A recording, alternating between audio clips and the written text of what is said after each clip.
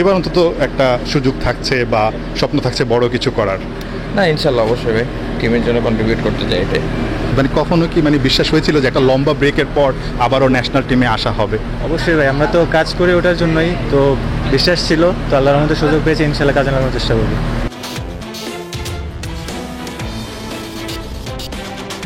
অস্ট্রেলিয়ার ডারউইন থেকে ঢাকা, ঢাকা থেকে সিলেট, লম্বা পথ পাড়ি দিয়ে নুরুল হাসান সোহান এবং সাইফ হাসান দুজন এসেছেন এই চায়ের দেশে। খুব স্বাভাবিকভাবেই তাদের যাত্রাটা যতটা না লম্বা ছিল তার চেয়ে বেশি লম্বা ছিল ন্যাশনাল টিমে তাদের ফেরত আসার যেই জার্নিটা সেটা। সাইফ হাসান সেই 2021 বিশ্বকাপের পরে টি-20 দলে জায়গা পেয়েছিলেন, 4 বছর পর আবারও ডাক এসেছে। আর নুরুল হাসান সোহান সেই 2022 যে অস্ট্রেলিয়া বিশ্বকাপ, অ্যাডিলেডে ইন্ডিয়ার বিপক্ষে টান টান উত্তেজনার ম্যাচ, অল্পের জন্য শেষ পর্যন্ত ম্যাচটা জেতাতে পারেননি, সেই আক্ষেপটা কিন্তু তার এখনও আছে।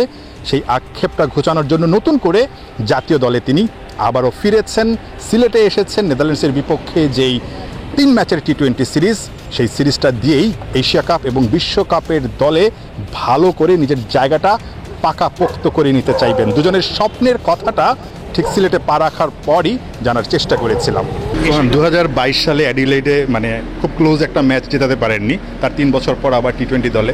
নিশ্চয়ই এবার অন্তত একটা সুযোগ থাকছে বা স্বপ্ন থাকছে বড় কিছু করার? না, ইনশাল্লাহ অবশ্যই ভাই, টিমের জন্য কন্ট্রিবিউট করতে চাই এটাই।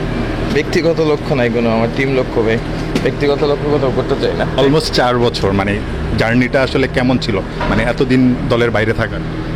জার্নি তো ভাই, এটা আপস অ্যান্ড ডাউনস থাকে। এখন ইনশাল্লাহ আসছে, ইনশাল্লাহ সুযোগ পেলে কাজে লাগানোর চেষ্টা করবো। এশিয়া কাপ আছে সামনে, নেদারল্যান্ড সিরিজটা তার আগে নিশ্চয়ই বড় একটা প্রস্তুতির মঞ্চ। হ্যাঁ অবশ্যই, চেষ্টা থাকবে আমাদের প্রিপারেশনটা ভালো করে নেওয়ার।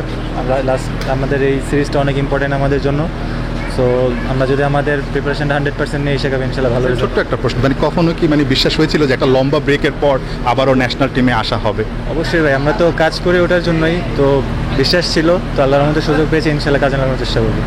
অস্ট্রেলিয়ার ডারউইনের টপ এন্ড টি-20 সিরিজে সাইফ এবং নুরুল হাসান সোহান দুজনের পারফরমেন্সটা যে একদম টি-20 বান্ধব ছিল সেটা কিন্তু বলা যাবে না। সাইফ হাসান 6 ম্যাচে 132 রান করেছেন 121 স্ট্রাইক রেটে, নুরুল হাসান সোহান 6 ম্যাচে 113 স্ট্রাইক রেটে ব্যাট করেছেন। ম্যাচ সিচুয়েশন বা ম্যাচের অবস্থা অনুযায়ী হয়তোবা এর চাইতে ভালো করার সুযোগ থাকলেও করতে পারেনি। তবে জাতীয় দলে টিকে থাকতে হলে, জাতীয় দলে নিজের অবস্থানটা পাকাপোক্ত করতে হলে, নিজেদের পারফরমেন্সটাকে যে আরও বেশি শানিত করতে হবে সেটা কিন্তু এই দুজন খুব ভালো মতোই জানেন। নিঃসন্দেহে সিলেট ইন্টারন্যাশনাল ক্রিকেট স্টেডিয়ামে যদি দুজন সুযোগ পান একাদশে, তাদের সেই জায়গাটা পাকাপোক্ত করার জন্য যা যা করার দরকার সবটাই তারা করবেন। নাহিন বিন জাসিম, 71, সিলেট।